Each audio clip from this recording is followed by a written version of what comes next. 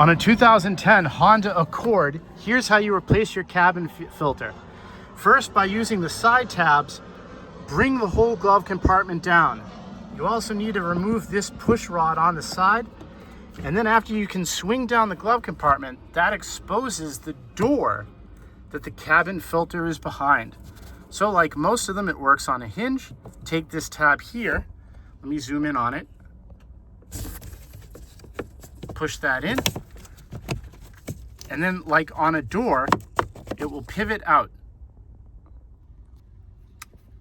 Now the whole cabin filter slides right out.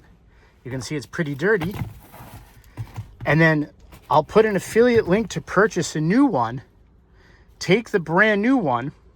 Again, you can look in products or the description for that. And slide it in like that. And then slide it back in. And then put the glove compartment back. If you have any questions, put them in the comments.